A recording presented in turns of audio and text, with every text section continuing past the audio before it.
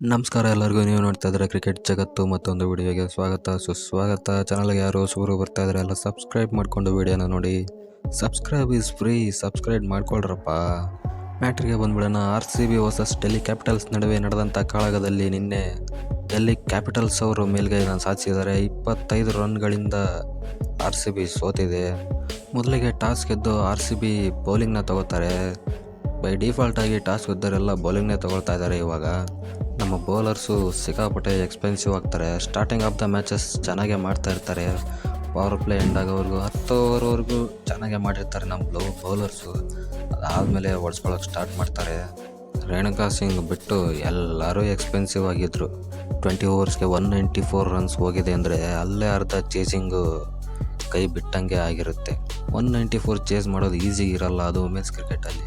ಈ ಥರ ಸ್ಕೋರೆಲ್ಲ ಅಷ್ಟೊಂದು ಸ್ಕೋರ್ಸ್ ಹೋಗೋದೇ ಇಲ್ಲ. ಇದೆ ಹೈಯೆಸ್ಟ್ ಸ್ಕೋರ್ ಇವಾಗ ಹೋಗಿರೋದು. ಒಂದು ಕಡೆ ಸ್ಮೃತಿ ಮಂದನ, ಸೋಫಿ ಡಿವೈನ್ ಸ್ಟಾರ್ಟ್ ಮಾಡಿದ್ದು ನೋಡಿದರೆ ಚೆನ್ನಾಗಿರುತ್ತೆ. ಚೇಸ್ ಮಾಡ್ತಾರೆ ಅಂತಲೇ ಅಂದ್ಕೊಂಡಿರ್ತೀವಿ. ಸ್ಮೃತಿ ಮಂದನ ಮತ್ತು ಡಿವೈನು ಔಟ್ ಆಗಿ ಮೇಘನಾ ಇರೋವರೆಗೂ ಆಟ ಇದೆ ಅಂತಲೇ ಅಂದ್ಕೊಂಡಿದ್ವಿ. ಮೇಘನಾನು ಲಾಸ್ಟಲ್ಲಿ ಹೊಡೆಯೋಕ್ಕೆ ಸ್ಟಾರ್ಟ್ ಮಾಡಿದರು. ಬಟ್ ಏನೋ ಲಾಸ್ಟಲ್ಲಿ ಬಂದವರೆಲ್ಲ 6 ಹೊಡೆಯೋಕ್ಕೆ ಟ್ರೈ ಮಾಡ್ತಾಯಿದ್ರು. ಬಾಲು ಬೌಂಡ್ರಿ ಲೈನ್ನ ದಾಟ್ತಾನೆ ಇರಲಿಲ್ಲ. ಬೌಂಡ್ರಿ ಲೈನಲ್ಲಿ ಕ್ಯಾಚ್ ಕೊಟ್ಟು ಔಟ್ ಆಗಿತ್ತು ಎಲ್ಲರೂ. ಲಾಸ್ಟಲ್ಲಿ ಬಂದವರು ಎಲ್ಲರೂ ಬರ್ತಾರೆ, ಬೀಸ್ತಾರೆ, ಬೌಂಡ್ರಿ ಲೈನಲ್ಲಿ ಕ್ಯಾಚ್ ಕೊಟ್ಟು ಹೋಗ್ತಾರೆ. ಇಷ್ಟೇ ಆಗಿದ್ದು ನಿನ್ನೆ.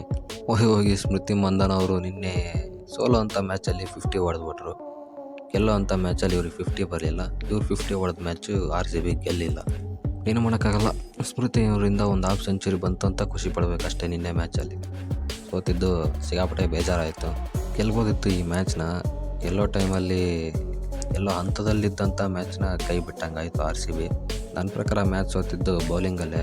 ಸಿಕ್ಕಾಪಟ್ಟೆ ಎಕ್ಸ್ಪೆನ್ಸಿವ್ ಆಯಿತು ಬೌಲಿಂಗು. ನನ್ನ ಪ್ರಕಾರ ನೆಕ್ಸ್ಟ್ ಮ್ಯಾಚಿಂದ ಶ್ರೇಯಾಂಕ ಪಾಟೀಲ್ ಅವರು ಪ್ಲೇಯಿಂಗ್ 11ಗೆ ಬರೋ ಡೌಟು. ಯಾಕಂದರೆ ಸಿಕ್ಕಾಪಟ್ಟೆ ಎಕ್ಸ್ಪೆನ್ಸಿವ್ ಆಗ್ತಾಯಿದ್ದಾರೆ ಅವರು. ನೋಡೋಣ ಏನು ಮಾಡ್ತಾರೆ ಅಂತ. ಸಿಗೋಣ ಮುಂದಿನ ವಿಡಿಯೋದಲ್ಲಿ.